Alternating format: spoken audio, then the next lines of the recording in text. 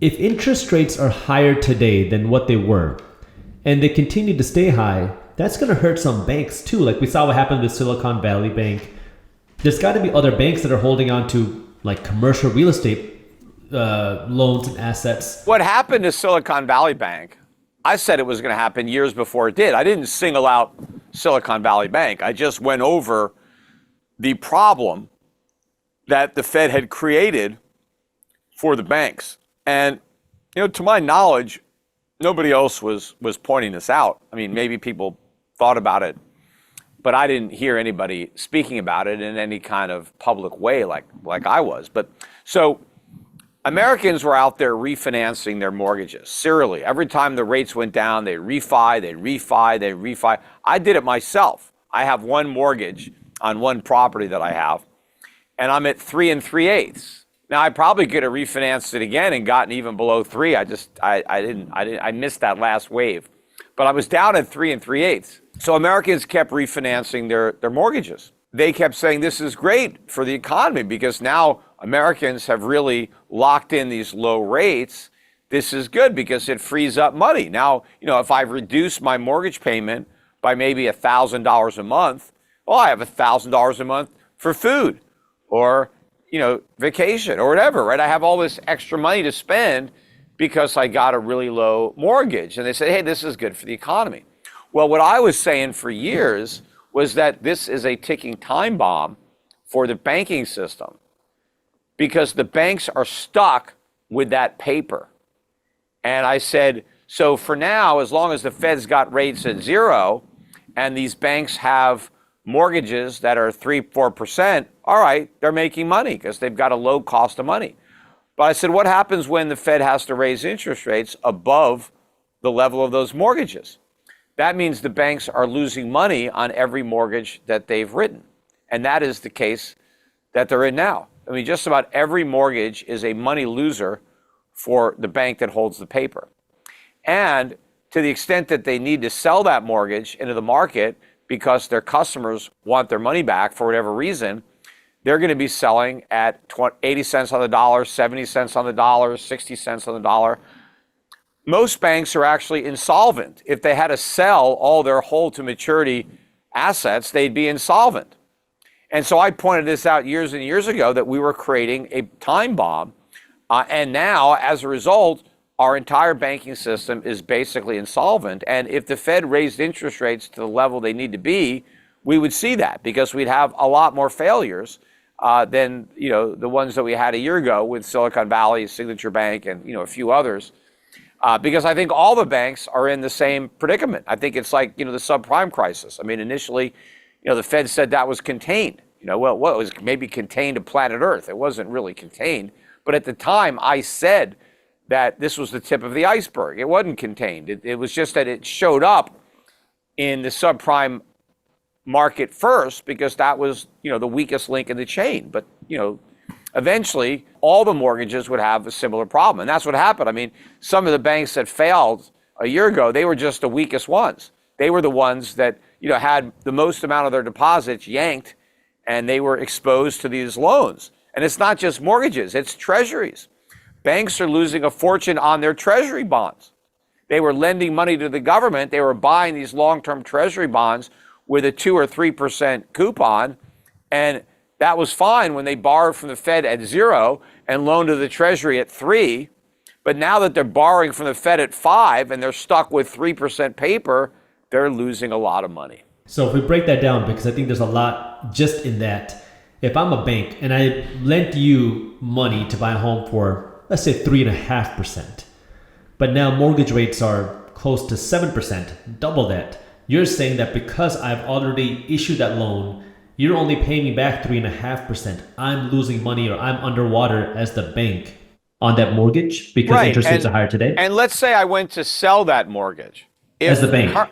If current mortgage rates are 7% and I've got a mortgage that's 3.5%, the only way I can sell that is if I discount the mortgage by a large enough number so that the new buyer gets a 7% return on the money.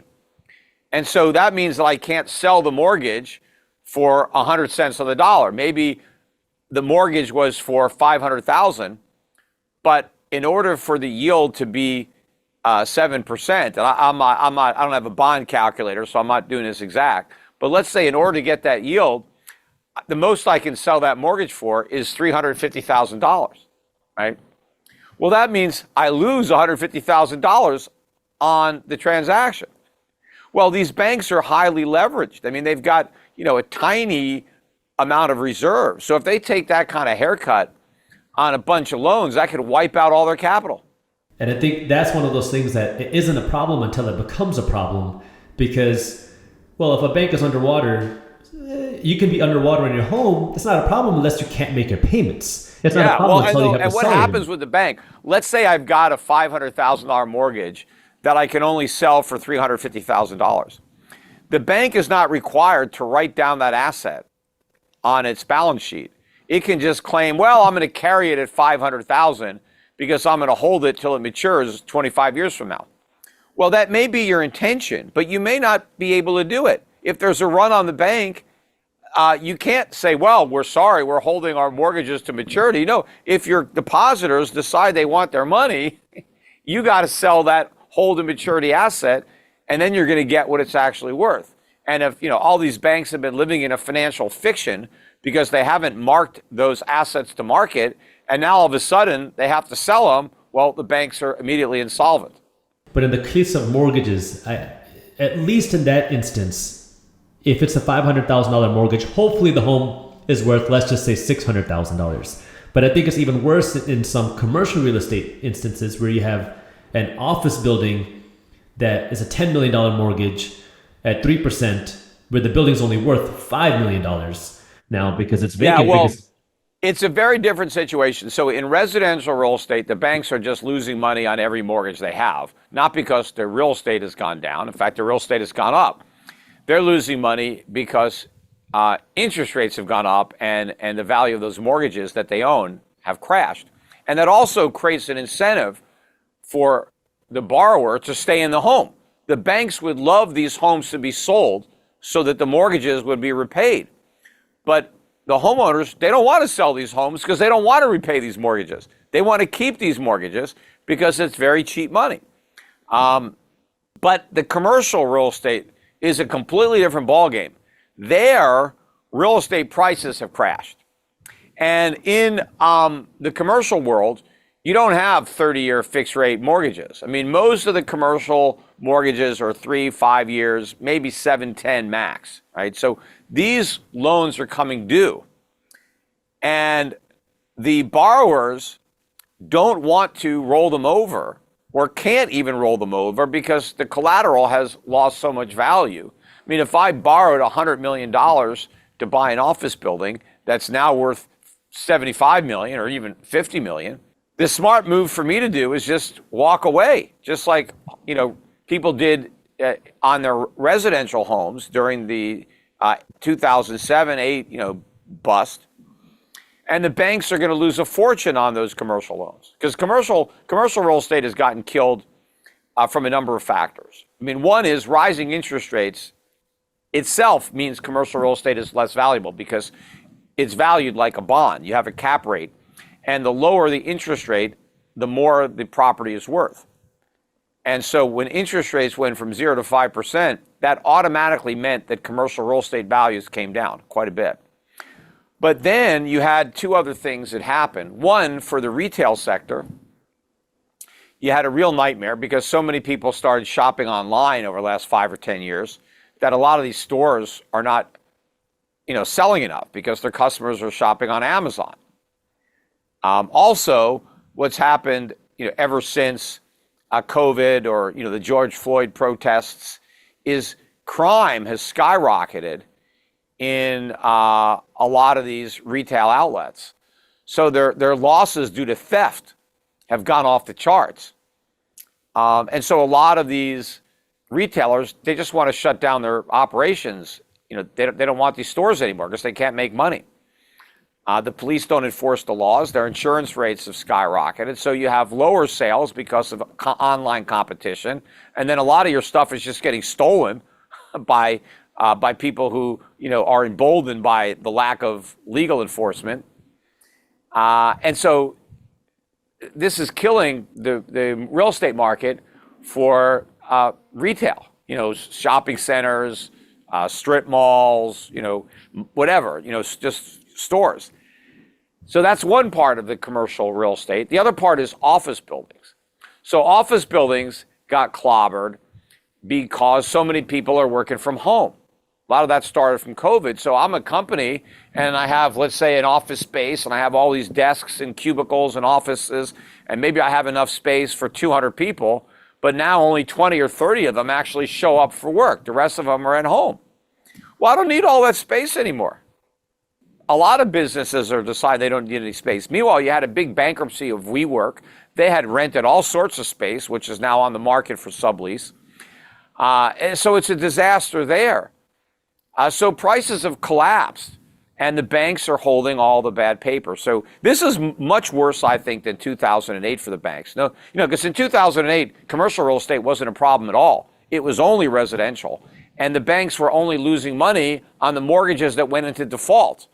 Today, they're losing a fortune on commercial real estate, and they're losing money on every mortgage that's current. All the mortgages that are paid, that they're being paid on, those are the ones they're losing on. So it's so much worse, yet nobody understands it. Wow. And Ken, do you think that banking crisis could then trickle down to home prices? Because I think banking crisis, at the end of the day, doesn't really affect the average person unless, of course, there's a bailout. But it becomes a bigger issue if home prices are falling. Now that affects the average American. Yeah, I mean, I don't know. I mean, home prices could eventually fall, certainly in individual markets.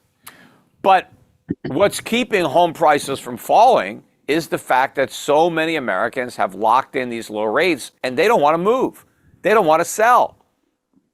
And so that's keeping the supply off the market.